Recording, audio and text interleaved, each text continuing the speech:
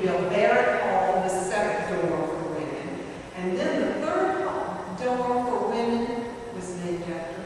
He built Chandler Hall for women. He also built Old Dominion Hall for the men. He built Monroe Hall for the men, Old Dominion Hall, and Toller Hall for the men. Well, we have all of these.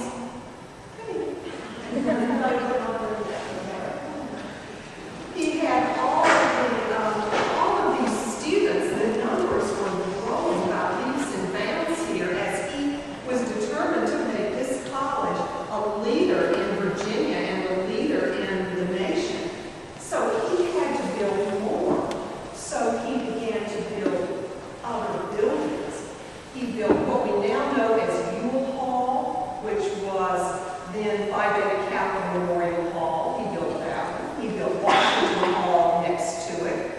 The library, what we're now looking at Tucker Hall, the library was a very small building, and through two expansions during his presidency, Tucker Hall became the huge building that we see today, and that was the library. He built next door to it Rogers Hall, which was now Tyler Hall as a classroom building. He had plans in the works to build the next one, our President James Laird Hall, which was then Marshall Whip, and that was in the process, and all the planning was going on when President Chandler died in office. President Chandler also had raised money and built Blow Hall. He built Trinkle Dining Hall. He built King Infirmary, and he was designing the Southern Gardens when he died. So those Southern Gardens were completed the year after his death. So you've got all these men and all these women coming to the college. You've got this huge growth of campus. You have the Wren building being restored to its colonial appearance during the Chandler years. The President's House in Grafferton being restored to their colonial look during the Chandler years. Things were really popping here. There was a lot going on. A lot of building, a lot of students, a lot of changes. And that meant faculty. More faculty had to come to William and Mary. In offering courses to women, Chandler began to expand the offerings that women could take. The home economics department immediately went up, and we had women teaching as full professors in the home economics department almost immediately. We had deans of women here in the 1920s. There were one after another. We had 3 deans of women while Chandler was here, and 2 of them had their doctorates, and they were teaching in English. We also had a social director who looked after the women and set lots of rules and regulations about the behavior of women, especially on dates with young men. And she also taught in English. There was secretarial science was started, and a woman was teaching that. A woman's department of physical education began in order to take care of the women, and women students were majoring in those areas. A lot of them were going into education. A lot of them majored in English, math, and science. And so with all of these areas filling up with students, men and women, Chandler had to increase the faculty. In 1919, there were 23 people on the faculty of William and Mary, including 6 women.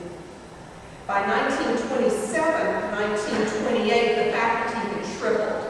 There were 69 faculty, and 21 of those faculty were women.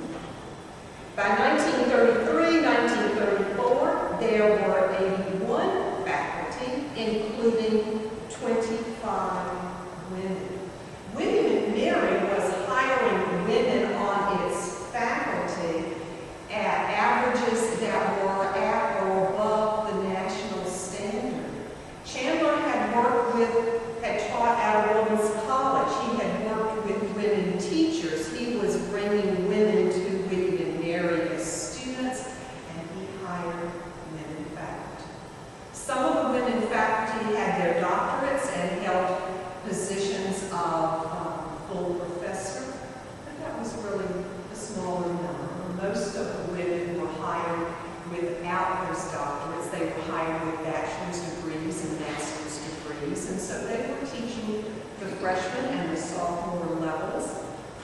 while those with doctorates were teaching the upper levels. The women who came to William and Mary in a survey that was done in which over 1,000 women replied, the women who came to William and Mary between 1918 and 1945 said that they came to William and Mary for a number of reasons. One, their parents wanted them to go to college, and so they chose William and Mary. Some, their parents liked the academic offerings at William and Mary. Some, the restoration of colonial Williamsburg was going on, and some came for the history that was being developed here. Some came because the tuition was lower here. This was a state school, and 4-year private women's colleges in Virginia cost more. So this was a better bargain for young women. And then some came for, a few admitted they also came for the social life. There were young men here, and so they enjoyed the social life on campus. A lot of the women who graduated took jobs. 90% of those surveyed said they married, 80% said they had children, 40% said they married men who went on to have to go into graduate work. So these were educated women who were looking for their careers and their families, and they were indeed marrying educated men. I'd like to give you a little bit of information on who some of these women are, at least the ones that I found during the Chandler years, who either stayed at William and Mary to become faculty, or who had a connection to the faculty at William and Mary. The name that always pops up first, she is probably the most well-known William and Mary alum, is Martha Barksdale. And we have Barksdale Field named for her. Martha Barksdale came to the College of William and Mary in that first class, 1918. She graduated in that first class of 1921, the first class for women, and because her name began with a B, and it was a B and then an A, she was actually the first woman to walk across the stage and receive the degree, because she was in alphabetical order. Martha Barksdale was an English major, but her senior year at William and Mary, she was active in the Colonial Echo. She was president of the Women's Student Government Association, and she really liked sports. So she became the assistant athletic director. Her senior year, she was helping the athletic director, and when she graduated, President Chandler offered her a teaching position here to teach physical education at William and Mary. Martha accepted. She stayed here. She earned her master's degree here, actually in the history department, in which she wrote her thesis in colonial games and sports in the colonial era of Virginia. But she stayed here her entire life. She never left the college. She retired here in the late 1960s.